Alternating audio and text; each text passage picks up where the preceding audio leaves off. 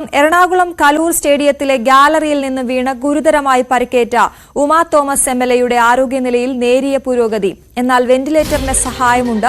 തലയിലെയും ശ്വാസകോശത്തിലെയും പരുക്ക് പ്രത്യേക മെഡിക്കൽ സംഘം പരിശോധിച്ചു വരികയാണ്. പുതിയ മെഡിക്കൽ ബുള്ളറ്റിൻ 10:30 പുറത്തിറക്കും. സംഭവത്തിൽ നൃത്തപരിപാടി നടത്തിയ സംഘാടകർക്കെതിരെയും സ്റ്റേജ് നിർമ്മാണ കരാറുകാർക്കെതിരെയും പാലാരിവട്ടം പോലീസ് കേസെടുത്തു. സുരക്ഷാ വീഴ്ചയിലാണ് കേസെടുത്തത്. ഡാനി ഇപ്പോൾ ഏറ്റവും പുതിയ വിവരങ്ങളുമായി ചേരുകയാണ്. Dani, good morning.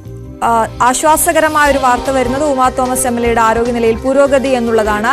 ഏറ്റവും ഒടുവിൽ അവിടെ നിന്ന് ലഭിക്കുന്ന വിവരങ്ങൾ എന്തൊക്കെയാണ്?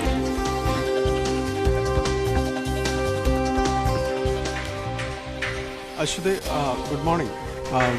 സൂചിപ്പിച്ചതുപോലെ തന്നെ ഇന്നലെ ഉണ്ടായിരുന്ന അപകടം വലിയ ആശങ്കയിലേക്കെല്ലാം എത്തിച്ചു. ഇന്നൊരു ആശ്വാസത്തിന്റെ ഒരു പകലിലേക്കാണ് നീങ്ങുന്നതെന്ന് തന്നെയാണ് മനസ്സിലാക്കുന്നത്. കാരണം അതിൽ ആശാവഹമായ ഒരു പുരോഗതി ഉണ്ട് എന്ന് തന്നെയാണ് മനസ്സിലാക്കുന്നത്. ഇന്ന് വിശദമായൊരു മെഡിക്കൽ ബുള്ളറ്റിൻ 10:30 ശേഷമുണ്ടാകും. ഡോക്ടർമാർ മാധ്യമങ്ങളോട് ഇത് സംബന്ധിയായ കാര്യങ്ങൾ സംസാരിക്കും. എന്തായാലും വെന്റിലേറ്റർ സഹായത്തോടുകൂടി തന്നെയാണ് ഉമാ തോമസ് തീവ്രപരിചരണ വിഭാഗത്തിൽ തുടരുന്നത്. എങ്കിൽ കൂടിയും ഇന്നലെ ആശുപത്രിയിൽ എത്തിച്ചതിന് ശേഷം അതിൽ ആരോഗ്യനിലയിലടക്കം നേരിയ പുരോഗതി ഉണ്ട് എന്ന് തന്നെയാണ് മനസ്സിലാക്കാനായിട്ട് സാധിക്കുന്നത്. അവയവങ്ങളുടെ പ്രവർത്തനം ഒരു സാധാരണ നിലയിലേക്ക് വരുന്നു, BP സാധാരണ നിലയിലേക്ക് എത്തുന്നു എന്ന് തന്നെയാണ് മനസ്സിലാക്കുന്നത്. അതോടൊപ്പം ഇനിയിപ്പോൾ തലച്ചോറിനേറ്റ ക്ഷതങ്ങൾ അതുമായി ബന്ധപ്പെട്ടുകൊണ്ട് കൂടുതൽ പരിശോധനകളടക്കം ആവശ്യമാണ്. അവിടെയാണ് കൂടുതൽ ചികിത്സകളടക്കമുള്ള കാര്യങ്ങൾ വേണ്ടിവരുന്ന ഒരു വിഭാഗം എന്ന് പറയുന്നു. അപ്പോൾ ഇത് സംബന്ധിയായ കാര്യങ്ങളിൽ എന്താണ് ഒരു തുടർ ചികിത്സ എന്നതടക്കമുള്ള കാര്യങ്ങൾ ഇന്ന്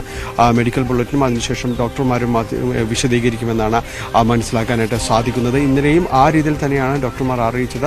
24 മണിക്കൂർ നിരീക്ഷണം ആശുപത്രിയിൽ അത് ഉണ്ടാകും. ഇതിനുശേഷമാണ് ഏത് രീതിയിലുള്ള ഒരു ചികിത്സയിലേക്ക് അടക്കമാണ് നീങ്ങുന്നത്, അല്ലെങ്കിൽ എങ്ങനെയാണ് ചികിത്സ നൽകുന്നത് എന്നതടക്കമുള്ള കാര്യങ്ങൾ തീരുമാനിക്കുന്നതെന്ന് അവർ പറഞ്ഞിരുന്നു. അപ്പോൾ ഏറ്റവും പ്രധാനപ്പെട്ടതും അത് തന്നെയാണ്. തലച്ചോറിനേറ്റ ക്ഷതം അത് എങ്ങനെ മറികടന്ന് മുന്നോട്ട് പോകുന്നു, അതിന് ഏത് രീതിയിലുള്ള ചികിത്സ ലഭ്യമാക്കുന്നു എന്നതെല്ലാമാണ് ഇനി അറിയേണ്ടത്. മറ്റ് കാര്യങ്ങൾ അത് തുടക്കത്തിൽ ഉണ്ടായിരുന്ന ഈ ആന്തരിക രക്തസ്രാവം അടക്കമുള്ള കാര്യങ്ങൾ വലിയ ആശങ്ക ഉണർത്തിയിരുന്നു. കാരണം വാരിയെല്ലുകൾ ഒടിഞ്ഞിരുന്നു, 3 വാരിയെല്ലുകൾ ഒടിഞ്ഞിരുന്നു. അത് ശ്വാസകോശത്തിൽ ക്ഷതമുണ്ടാക്കുന്നതിനടക്കം കാരണമാവുകയും ചെയ്യുന്നു. അത് വലിയ രീതിയിലൊരു ആശങ്ക തുടക്കത്തിൽ തന്നെ ഉയർത്തിയിരുന്നു. അപ്പോൾ അതിനെല്ലാം ഒന്ന് മറികടന്നുകൊണ്ട് അല്പം ഭേദപ്പെട്ട രീതിയിലേക്ക് മുന്നോട്ട് പോകാനായിട്ട് സാധിച്ചിട്ടുണ്ട് എന്ന് തന്നെയാണ് ആശുപത്രിയിൽ നിന്ന് അറിയാനായിട്ട് സാധിക്കുന്നതെങ്കിൽ വിശദമായ ഒരു മെഡിക്കൽ ബുള്ളറ്റിൻ ഇതിൻ്റെ ആധികാരികമായി ഔദ്യോഗികമായി 10:30 പുറത്തിറങ്ങും എന്നാണ് അറിയാനായിട്ട് സാധിക്കുന്നത്. നിലവിൽ ആശുപത്രിയിൽ വെന്റിലേറ്റർ സഹായത്തോടു കൂടി തന്നെയാണ് മുന്നോട്ട് പോകുന്നത്.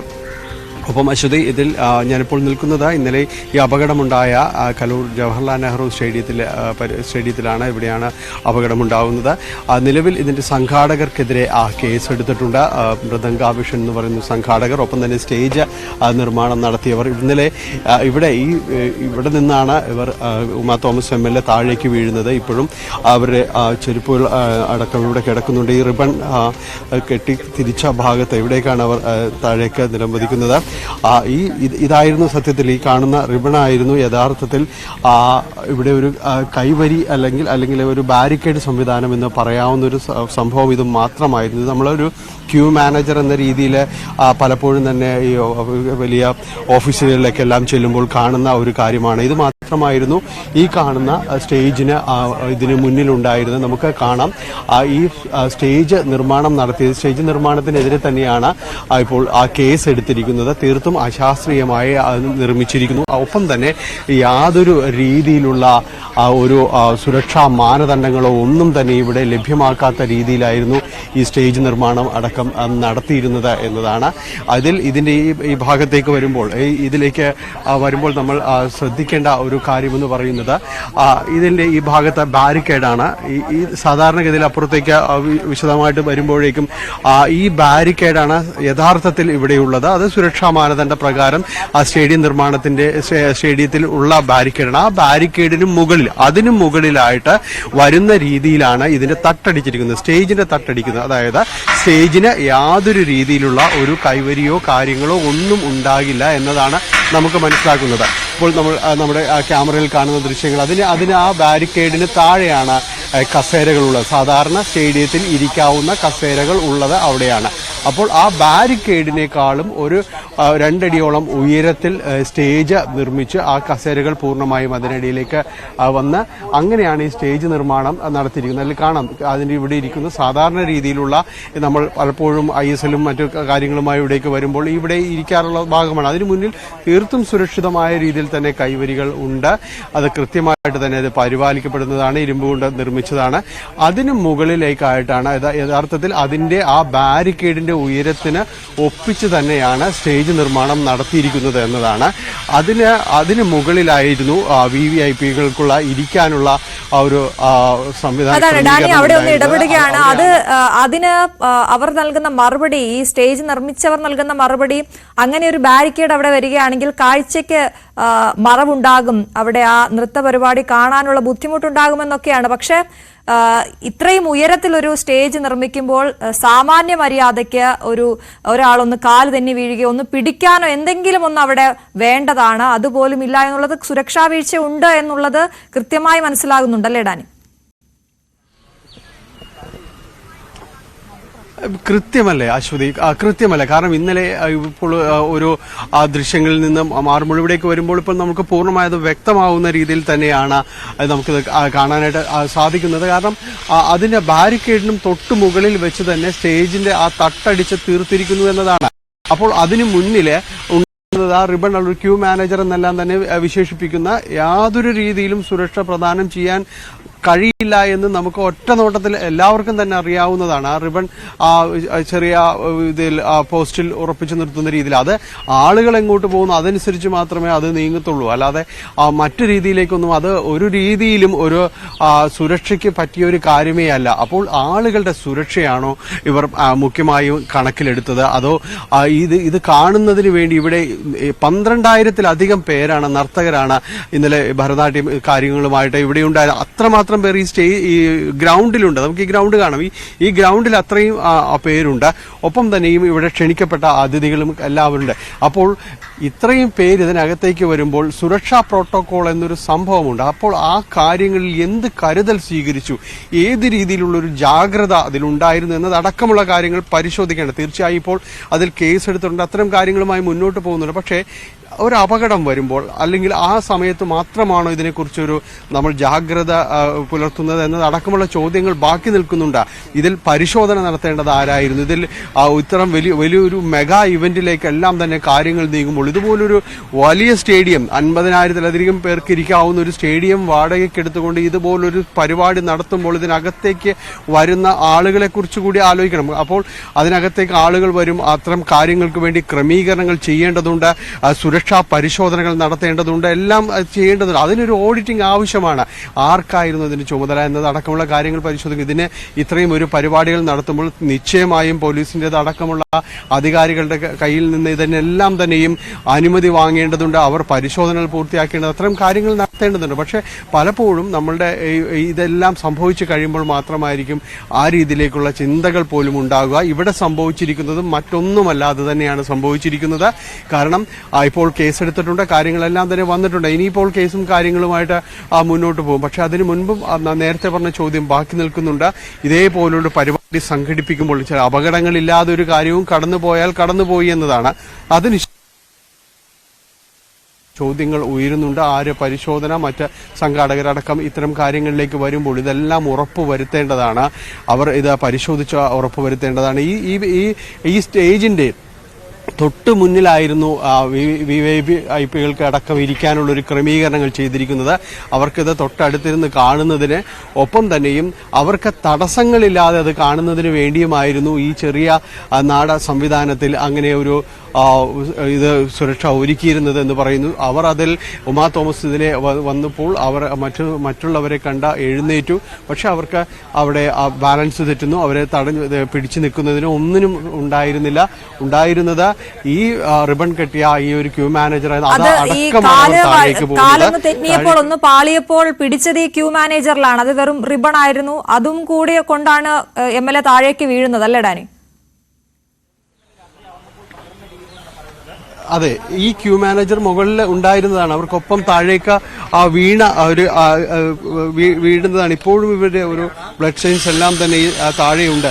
ഈ ഭാഗം എന്ന് പറയുന്നത് പ്ലേയേഴ്സ് എൻട്രി ആണ്. സാധാരണ നമ്മൾ ഫുട്ബോൾ മത്സരത്തിന് ഇവിടേക്ക് എല്ലാം എത്തുമ്പോൾ അല്ലെങ്കിൽ ഏതെങ്കിലും രീതിയിൽ ഗാലറിയിലേക്ക് മൈതാനത്തേക്ക് എല്ലാം വരുന്നത് ഈ ഭാഗത്ത് നിന്ന് ഇവിടെ കടന്നു വരാൻ കഴിയുന്ന രീതിയിൽ വേണ്ടി വന്നാൽ ഏതെങ്കിലും അത്യാഹിതഘട്ടത്തിൽ ഇവിടെ നിന്ന് വല്ല മൂവ്മെന്റ് ഉണ്ടാവുകയാണെങ്കിൽ അതിനെല്ലാം ഉപകരിക്കുന്ന രീതിയിലാണ് ചെയ്തിരിക്കുന്നത്. പക്ഷെ അതിൻ്റെ ഒരു വിഷയം എന്ന് പറയുന്നത് ഇത്രയും ഭാഗം നല്ല രീതിയിൽ കോൺക്രീറ്റ് ചെയ്തതാണ്. ഇതിനകത്തേക്ക് കടന്നു വരുന്ന രീതിയിൽ പര്യാപ്തമായത് ഈ ഭാഗത്താണിത്. ഇവിടെയാണ് അവർ താഴേക്ക് വീഴുന്നത്. മറ്റിടങ്ങളിൽ ഇത്ര കണ്ട അകത്തേക്ക് കയറി ഒരു കോൺക്രീറ്റ് സംവിധാനങ്ങളൊന്നുമില്ല. അത് സ്റ്റേഡിയത്തിന് പര്യാപ്തമാവുന്ന രീതിയിൽ നിർമ്മിച്ചതുമാണ്. പക്ഷേ അതിന് ഒപ്പം സുരക്ഷ ഒരുക്കേണ്ട എന്ന് പറയുന്നത് ഈ കാര്യങ്ങളിലായിരുന്നു. ഇവിടെ തടസ്സങ്ങളില്ലാതെ കാണുക എന്നത് മാത്രമായിരുന്നു അവർ ഒരു കരുതൽ കൊടുത്തിരുന്നത്. അതിനാണെന്നൊരു പ്രയോറിറ്റി എന്ന് പറയാവുന്നത്. പക്ഷേ അത്തരം കാര്യങ്ങൾ ചെയ്യുമ്പോൾ ഇതിലൊരു അപകട സാധ്യതകൾ കൂടി എല്ലാം തന്നെ കണക്കിലെടുക്കേണ്ടതാണ്. അങ്ങനെയുണ്ടായ ഒരു പ്ലാൻ ബി എന്നെല്ലാം നമ്മൾ പറയുന്നത് പോലെ എന്തെങ്കിലും സംഭവിച്ചാൽ അല്ലെങ്കിൽ ആരെങ്കിലും തെന്നിയാൽ ഇത് എന്താകും എന്നതായിരുന്നു. അതിൽ ഏറ്റവും മുന്നേക്ക് നീക്കിയായിരുന്നു കസേരകൾ ഇട്ടിരുന്നത്. അതായത് പിറകിലൂടെ വന്ന് അതിലേക്ക് കയറുക എന്ന രീതിയിലായിരുന്നു. ആ മുൻവശത്ത് കൂടി അല്ലെങ്കിൽ നടക്കാവുന്ന രീതിയിലേക്ക് അല്ലെങ്കിൽ തൊട്ട് കാണുന്ന ആ കറുത്ത ഭാഗം പ്ലാറ്റ്ഫോം അതിനകത്തേക്ക് പറ്റുന്ന രീതിയിലേക്ക് ഇത് നീക്കിയിട്ടിരുന്നെങ്കിൽ പോലും കുറച്ചുകൂടിയെങ്കിലും അതിൻ്റെ ഒരു സുരക്ഷ കണക്കിലെടുത്തു എന്നെങ്കിലും നമുക്ക് പറയാനായിട്ട് സാധിക്കുമായിരുന്നു. പക്ഷേ അങ്ങനെയൊന്ന് ഉണ്ടായില്ല എന്ന് തന്നെ നമുക്ക് പറയേണ്ടി വരുന്നു. കാരണം ഇത്ര കണ്ട് അലക്ഷ്യമായിട്ടാണ് ഈ ഒരു പരിപാടി വിഭാവനം ചെയ്തത്. ഏതാണ്ട് 12,000-ലധികം പേർ സ്റ്റേജിൽ തന്നെ ഉണ്ടായിരുന്ന ഒരു രീതി. പക്ഷേ അതിലേക്ക് ഏത് രീതിയിലുള്ള ഒരു സുരക്ഷ പാലിച്ചു എന്നതാണ് ഇതിൽ നമ്മൾ മനസ്സിലാക്കേണ്ടത്. കാരണം നോക്കൂ, ഈ ഭാഗത്താണ് ഇവിടെ ഇതിലെ കസേരകൾ കസേരകൾ നിരത്തിയിരുന്നത് ഈ ഭാഗത്താണ്. ഇതുമായിട്ട് വളരെ പെട്ടെന്ന് തെന്നി താഴേക്ക് ഒരു ചുവടൊന്ന് തെറ്റിയിട്ടുണ്ടെങ്കിൽ അത് താഴേക്ക് വീഴുന്ന അവസ്ഥ തന്നെയാണ്. അതിൽ യാതൊരു രീതിയിലൊരു കരുതലോ കാര്യങ്ങളോ ഇക്കാര്യങ്ങളിൽ ഉണ്ടായിരുന്നില്ല എന്നതാണ് അതിൽ എടുത്ത് പറയേണ്ടത്. ഇതിൽ സ്റ്റേജിലേക്ക് വരുമ്പോൾ ഇതാണ് ഈ ഒരു സ്റ്റേജിന്റെ ഭാഗമെന്ന് പറയുന്നത് 2 തട്ടായിട്ട് തിരിച്ചിരിക്കുന്ന ഒരു ഭാഗമാണിത്. ഇതിന്റെ താഴെ തട്ടാണ് VVIPകൾക്ക് വേണ്ടിയും ഇവിടെ ക്രമീകരിച്ചിരിക്കുകയും എല്ലാം തന്നെ ചെയ്തിരുന്നത്. ഇപ്പോൾ ഡാനി കയറിയ വഴി തന്നെയാണോ ഉമാ തോമസ് ഈ സ്റ്റേജിലേക്ക് എത്തിയത്? അവരും അങ്ങോട്ടേക്ക് എത്തിയത് ഇപ്പോൾ ഡാനി പോയ ആ വഴി തന്നെയാണോ? തീർച്ചയായും ഈ വഴി തന്നെയാണ്. ഞാൻ ഇപ്പോൾ കയറി വന്ന സ്റ്റേജിൽ നിന്ന് കയറിയ ആ വഴി തന്നെയാണ് അവരും കയറി വന്നത്. നമുക്കിപ്പോൾ ഇവിടെ നിൽക്കുന്നതിന് ചില പരിമിതികളുണ്ട്, പോലീസ് ഉദ്യോഗസ്ഥർ അത് പറയുന്നുണ്ട്. എന്തായാലും നമ്മൾ കയറി വന്ന ആ വഴി തന്നെയായിരുന്നു ഉമാ തോമസും മറ്റ് വിശിഷ്ടാതിഥികളും എല്ലാം തന്നെയും കയറി വന്നതും ആ വഴി തന്നെയാണ്. തുടർന്ന് ഇതിനകത്തേക്ക് കയറുകയും ഒപ്പം തന്നെ അവരത് മറ്റുള്ളവരെ കണ്ട് മുന്നോട്ട് പോകുകയും എല്ലാം തന്നെ ചെയ്തു. പക്ഷെ ഒന്ന് അവർ തിരിഞ്ഞപ്പോൾ അവർ കാല് തെന്നുന്നു, താഴേക്ക് പിന്നീട് പൊടുന്നതിന് താഴേക്ക് വീഴുന്നൊരവസ്ഥയിലേക്കാണ് പിന്നെ ഉണ്ടാകുന്നത്. അങ്ങനെ ഒരു അപകടത്തിലേക്ക് നീങ്ങുന്നു. ഇതിൽ ഒരു അതിജീവനത്തിന്റെ അല്ലെങ്കിൽ ഇന്നലെ ഉണ്ടായിരുന്ന ആരോഗ്യസ്ഥിതിയിൽ നിന്ന് അവര് കുറച്ചുകൂടി മുന്നോട്ട് പോയിരിക്കുന്നു എന്നത് ആശ്വാസകരമായ ഒരു വാർത്ത തന്നെയാണ്. അത് എടുത്തു പറയേണ്ടതുമാണ്. വളരെ പെട്ടെന്ന് ഈ തിരക്കിൽ 1 കിലോമീറ്റർ ദൂരമേ ആശുപത്രിയിലേക്ക് ഉണ്ടായിരുന്നുള്ളൂ. വലിയ തിരക്ക് അനുഭവപ്പെട്ടു. പക്ഷേ എങ്കിൽ കൂടിയും 5 മിനിറ്റിൽ താഴെ ഒരു സമയം കൊണ്ട് അവർ ആശുപത്രിയിലേക്ക് എത്തിക്കാൻ കഴിഞ്ഞതും എല്ലാം തന്നെ എടുത്ത് പറയേണ്ടതാണ്. അങ്ങനെ ഒരു ഇടപെടൽ ഉണ്ടായിരുന്നില്ലെങ്കിൽ ഒരുപക്ഷെ കൂടുതൽ കാര്യങ്ങൾ കൂടുതൽ സങ്കീർണതയിലേക്ക് എല്ലാം തന്നെ നീങ്ങുമായിരുന്നു എന്ന ഒരു സംശയവുമില്ല.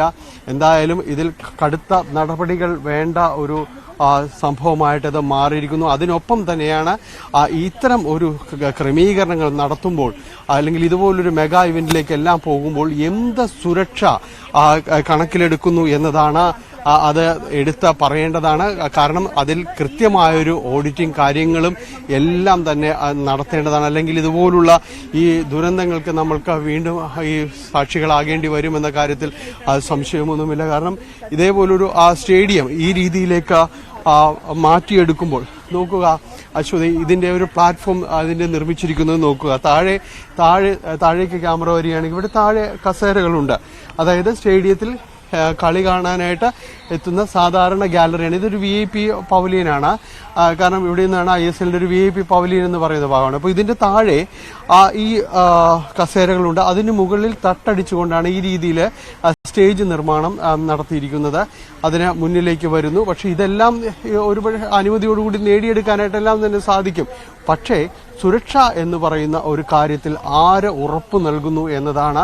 ഇങ്ങനെ ഒരു പരിപാടി നടക്കുമ്പോൾ നിരവധിയായ ആളുകൾ ഇവിടേക്ക് എത്തുമ്പോൾ അതിന് കൃത്യമായ രീതിയിലുള്ള ആ സുരക്ഷ അടക്കമുള്ള കാര്യങ്ങൾ ഒരുക്കേണ്ടതുണ്ട്. അതൊന്നും ഉണ്ടായില്ല എന്ന് തന്നെയാണ് ഈ സംഭവത്തിൽ നിന്ന് വ്യക്തമാകുന്നത്.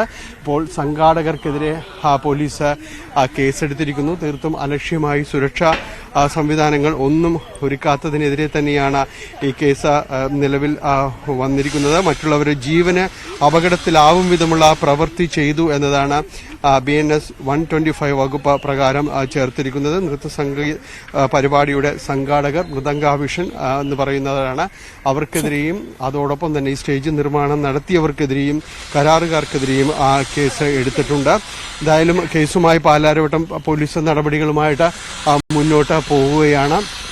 എന്തായാലും ഈ ഒരു സംഭവം അത് വ്യക്തമായും തന്നെയും അത് അടയാളപ്പെടുത്തേണ്ടതാണ്. കാരണം ഈ രീതിയിലുള്ള ഒരു സുരക്ഷാ സംവിധാനങ്ങളും ഒരുക്കാതെ അത് മുന്നോട്ട് പോവുകയാണെങ്കിൽ ഇത്തരം ദുരന്തങ്ങൾക്ക് ആരാണ് കടിഞ്ഞാണിടുക എന്നൊരു പൊതു ചോദ്യം ഇതിൽ ബാക്കിയാകുന്നുണ്ട്. ആശുപത്രിയിൽ നിന്ന് ലഭിക്കുന്ന സൂചനകൾ ആശ്വാസകരമാണ്. ഇന്ന് 10:30 മെഡിക്കൽ ബുള്ളറ്റിൻ ഉണ്ടാകുക. 11 മണിക്ക് ഡോക്ടർമാരുടെ സംഘം മാധ്യമങ്ങളോട് ഉമാ തോമസിന്റെ ആരോഗ്യസ്ഥിതി സംബന്ധമായ കാര്യങ്ങളിൽ വിശദീകരണം അടക്കം നടത്തുകയും ചെയ്യും. എന്തായാലും ഇപ്പോഴും ഈ സ്ഥലവും കാര്യങ്ങളുമെല്ലാം തന്നെ പോലീസ് നിരീക്ഷണത്തിലാണ്. പോലീസ് അവിടെ ഇനിയും ഇതുമായി ബന്ധപ്പെട്ടുകൊണ്ട് പരിശോധനകളടക്കം പൂർത്തിയാക്കേണ്ടതുണ്ട്. അതാണ് അശ്വതി നിലവിലെ ഇവിടുത്തെ ഒരവസ്ഥ. ഇക്കാര്യങ്ങളിൽ പോലീസ് ഇനി ഇവിടെ കൃത്യമായ രീതിയിൽ കേസെടുത്തതുകൊണ്ട് തന്നെ കൂടുതൽ പരിശോധനകളും കാര്യങ്ങളും എല്ലാം തന്നെ വരുന്നു. ഇപ്പോൾ ഈ സ്റ്റേജും അതോടൊപ്പം തന്നെ വീണ സ്ഥലവും തമ്മിലുള്ള വ്യക്തമായ ഒരു അകലവും കാര്യങ്ങളും എല്ലാം ഇത് തന്നെയാണ്. തീർച്ചയായും വ്യക്തമാണ്. ഡാനി പോളാണ് കലൂർ സ്റ്റേഡിയത്തിൽ നിന്നും വിശദവിവരങ്ങൾ നൽകിയത്. എന്തായാലും ആശ്വാസകരമായ വാർത്ത എന്ന് പറയുന്നത് ഉമാ തോമസിന്റെ ആരോഗ്യനില മെച്ചപ്പെട്ടു എന്നുള്ളതാണ്. 10:30 അടുത്ത മെഡിക്കൽ ബുള്ളറ്റിൻ ഉണ്ടാകും.